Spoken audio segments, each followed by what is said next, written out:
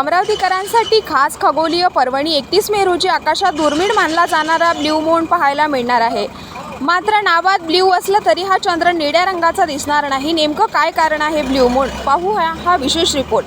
31 मे रोजी आकाशात blue moon ही दुर्मिळ खगोलीय घटना अनुभवता येणार आहे। एका कॅलेंडर महिन्यात 2 पौर्णिमा आल्यास दुसऱ्या पौर्णिमेच्या चंद्राला ब्ल्यू मून असे संबोधले जाते। यंदा 1 मे रोजी पहिली पौर्णिमा झाली होती, तर आता 31 मे रोजी दुसरी पौर्णिमा येत असल्याने हा विशेष योग जुळून आलाय।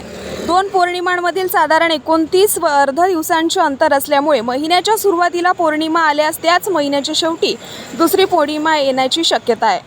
खगोलशास्त्रानुसार ही घटना फारशी वारंवार घडत नाही। फेब्रुवारी महिन्यात दिवस कमी असल्यामुळे त्या महिन्यात 2 पौर्णिमा येत नाही, त्यामुळे इतर महिन्यामध्येच ब्ल्यू मूनची शक्यता निर्माण होते। नमस्कार, मी विजय महादेवराव गिरुडकर, हौशी खगोल अभ्यासक, मराठी विज्ञान परिषद, अमरावती। सरासरी आता या 31 मेला पौर्णिमा आहे आणि या पौर्णिमेच्या चंद्राला आपण ब्ल्यू मून म्हणतो। तर सरासरी काय असते की एका महिन्यामध्ये एकच पौर्णिमा असते, परंतु 33 महिन्यानंतर असा एक महिना येतो की त्या महिन्यामध्ये 2 पौर्णिमा असतात।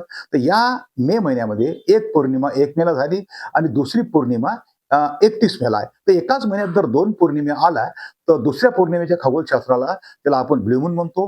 परंतु खूप लोकांचं असं म्हणणं आहे की यामध्ये चंद्र निळा दिसते, तर ब्ल्यू मून मध्ये चंद्र निळा दिसणार नाही। खूप दिवसानंतर जर घटना झाली तर त्याला आपण ब्ल्यू मून म्हणतो। खगोलशास्त्रामध्ये ब्ल्यू मून म्हणण्याची एक पद्धत आहे। तर ही घटना ब्ल्यू मूनचा चंद्र सर्व खगोलप्रेमींना पाहता येईल आणि 33 महिन्यानंतर ही घटना होत आहे।